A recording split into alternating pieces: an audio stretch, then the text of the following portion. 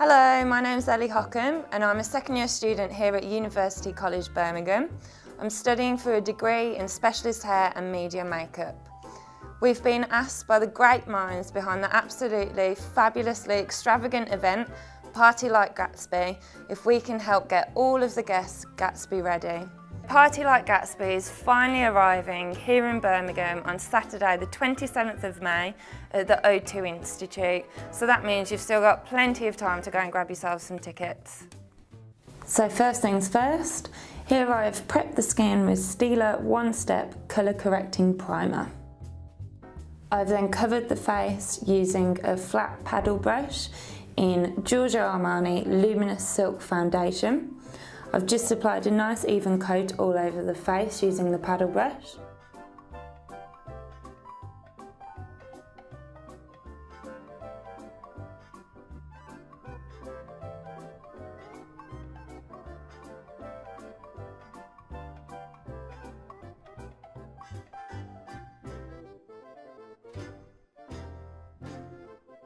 And then I go in using a buffer brush and I just make small circular motions all over the face with that one, just to blend that in really nicely and buff up that foundation to give it a really nice natural look on there.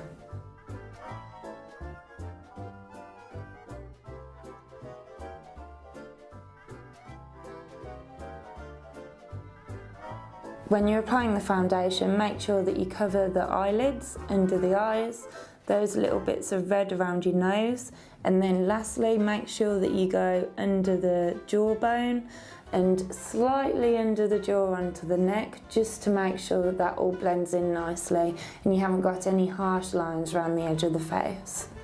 And now for the 1920s smoky classic eye look. First of all, I've used a Morphe palette, just a cream eyeshadow there as a base on the eyelids and underneath the eye. I find it's good to use a base that's not too different from the skin tone, just so that when you do put that coloured eyeshadow on, it does have something to stick to.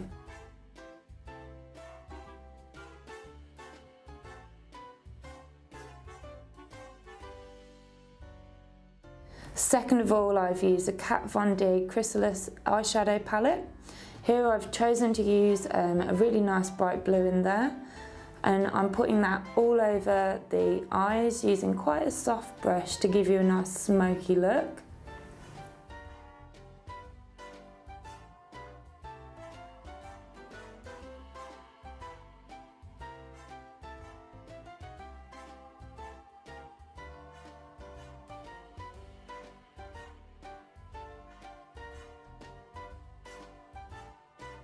Once you've applied your eyeshadow to the top lid, just apply a little bit underneath the eyes as well. That really helps bring the eyes out and make them pop a little bit. And it's nice to have it matching from the top of the eye to the bottom as well.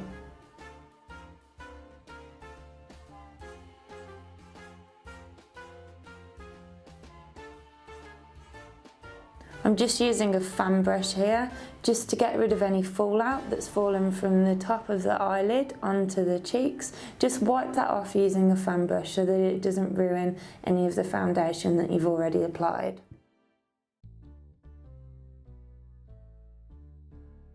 Next, I'm just going in with a darker eyeshadow colour from the Kat Von D Chrysalis palette, just to create some shadow and a bit of depth to the eyes. Just go into the socket using a really nice fluffy brush and blend that in really nicely. The best way to do that is to get a really soft brush, and that will do all the hard work for you. Next, I'm just grooming the eyebrows there. Give them a little brush, get them ready for putting your kohl eyebrow pencil on. I'm just using a brown here as Sophie's got blonde hair. I don't want anything too dark. Here I'm drawing on the eyebrows quite harshly to give you a 1920s look. They were quite harsh with the way they drew their eyebrows on, but they weren't very thick like today's. So Sophie's are a bit thicker than the classic 1920s look, but this is a different take, but we're still taking inspiration from that era. Next, I'm just adding some more eyeshadow underneath the eye. a lot more blue on there to really bring out the colour in the eyes and make everything pop a little bit more.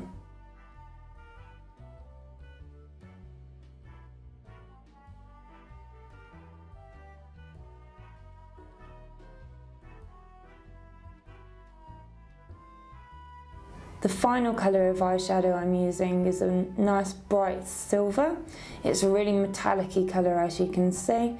I'm just applying it to the top lash line and a little tiny bit on the eyelid as well, just to give you some glitz and glam, ready for the party for Gatsby.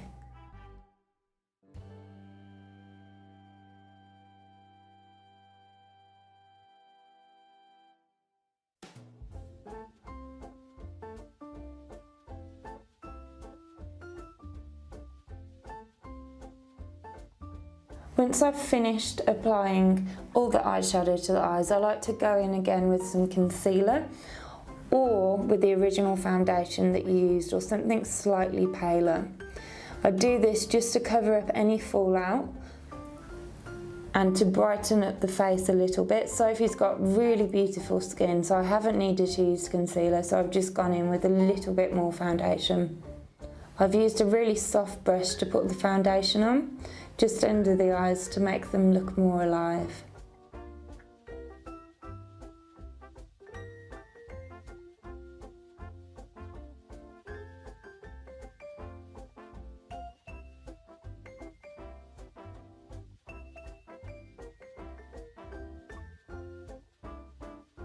Next, I'm using a black kohl eyeliner on those bottom eyelashes.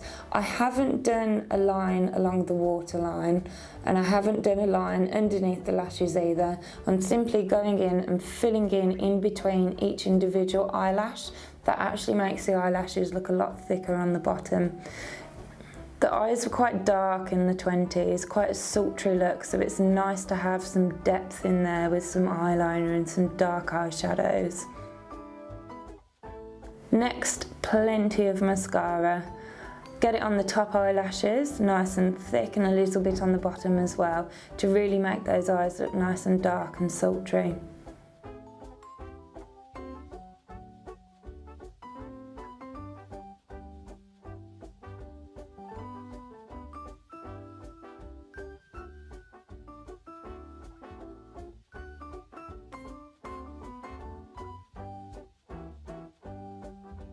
Now I'm adding some blusher. I didn't actually use blusher for this one, I just used my Morphe palette. I used some pink eyeshadows and just blended them up the cheekbones.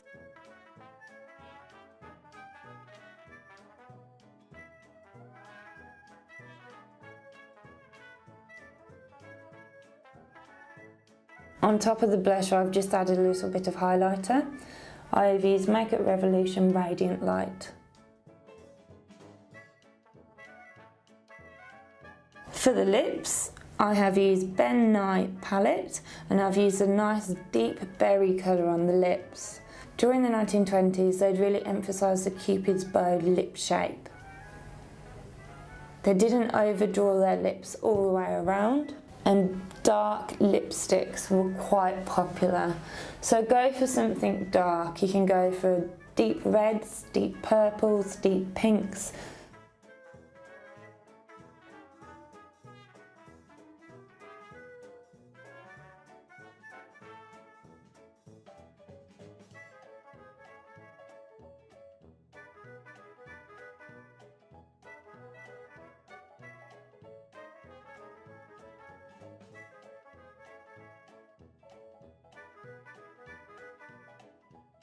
I've then used Illamasqua Liquid Metal eyeshadow on the lips, just in the centre, in a nice gold, just to really make those lips stand out and give a nice ombre lip effect.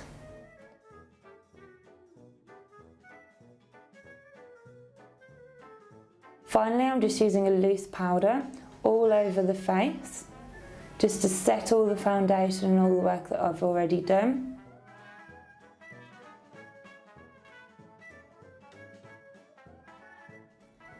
And then I decided I needed a little bit more sparkle and just added a little bit more of Illamasqua liquid metal eyeshadow in a silver, just to match the eyeshadow there as well.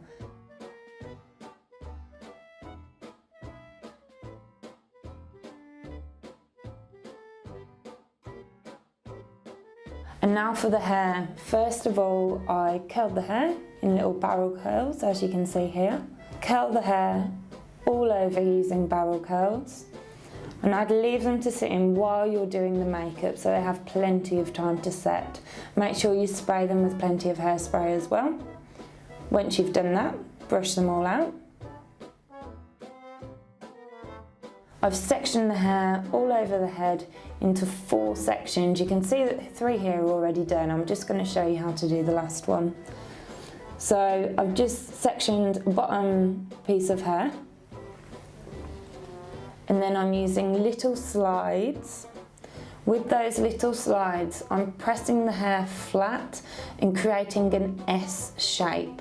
Try and keep the hair nice and flat and really create the shape of the letter S, as you can see I'm doing here. You can clip all the curves of the shape of the S into place.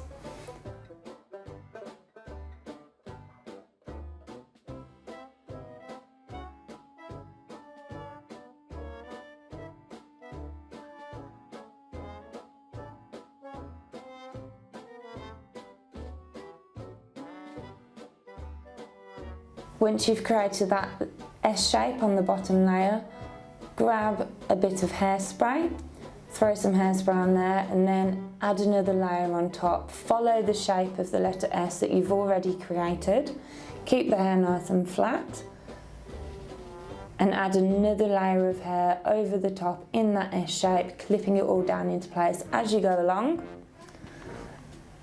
And then once you've done each layer, do not forget to use your hairspray. Once everything's clipped all into place, one more spray of the hairspray there. And then you can take out all of your clips. Be careful so you're not pulling the hair out of place. You don't want many loose strands. Try and keep it as neat as you can.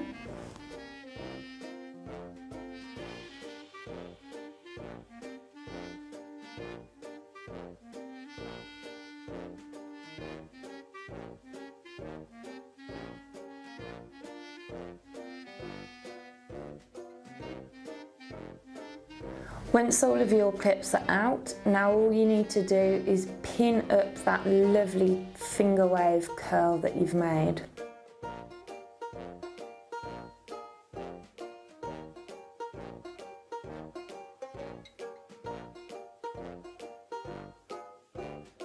It's good to use a tail comb to kind of tease the hair into place. Push it up, get it where you want it. When it's where you want it, pop a curvy grip in there.